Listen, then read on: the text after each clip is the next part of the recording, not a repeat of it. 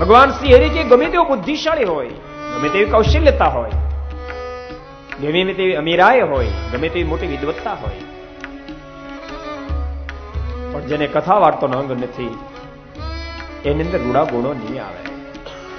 તો વિચારજો ક્યારેક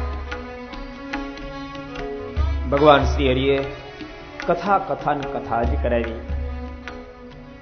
ગાદી પર 58માં આરૂઢ થયા. 20 વર્ષ સુધી બીજું કશું કરવા જ ન દીધું.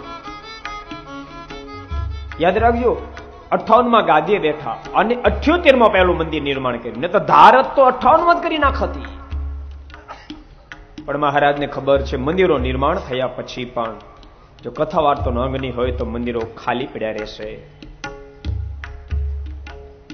દિવ્યતાનો જો નિર્માણ થયો છે તો અનેક મંદિરો નિર્માણ સહજ બની જશે. 58માં ગાદીએ બેઠા શેખ 78માં પહેલું અમદાવાદનું મંદિર કર્યું. તો કેવી કથા હશે, તમે કલ્પના તો કરો. પ્રથમનો 18મો તો વાંચો. રાત્રે 1:30 વાગ્યે જગાડ્યા. 1:30 વાગ્યે સંતો ભક્તો બધાને જગાડીને કે હાલો તો થોડી કથા કરવી છે. રાત્રે 1:30 વાગ્યે કથા સુણે તે કહી આદિ ભક્તિ. 9 પ્રકારની ભક્તિમાં પ્રથમ ભક્તિ કહ્યું હોય તો કથા છે.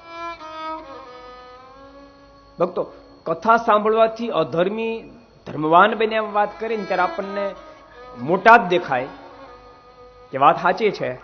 વાલ્યો વાલ્મીકી કથાના માધ્યમથી બની ગયા. ભરાડી જોબન ભક્તરાજ જોબન કથાના માધ્યમથી બન્યા.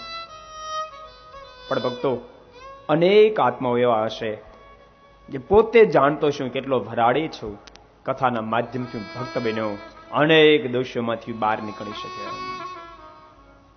કથા શું નિર્માણ ન કરે, મોક્ષ તો આપે જ છે, પણ આ દેહને પણ દિવ્ય બનાવી દે, આલોકના વ્યવહારને દિવ્ય બનાવી દે, જીવનને દિવ્ય બનાવી દે. અને ભગવાનના ભક્તો યાદ રાખજો, જેનું જીવન દિવ્ય બને એનું જ મૃત્યુ દિવ્ય બની શકે. જેને મોતને દિવ્ય બનાવવું હોય એને જીવનને દિવ્ય બનાવતા શીખવું પડે અને કથા જ બનાવી શકે.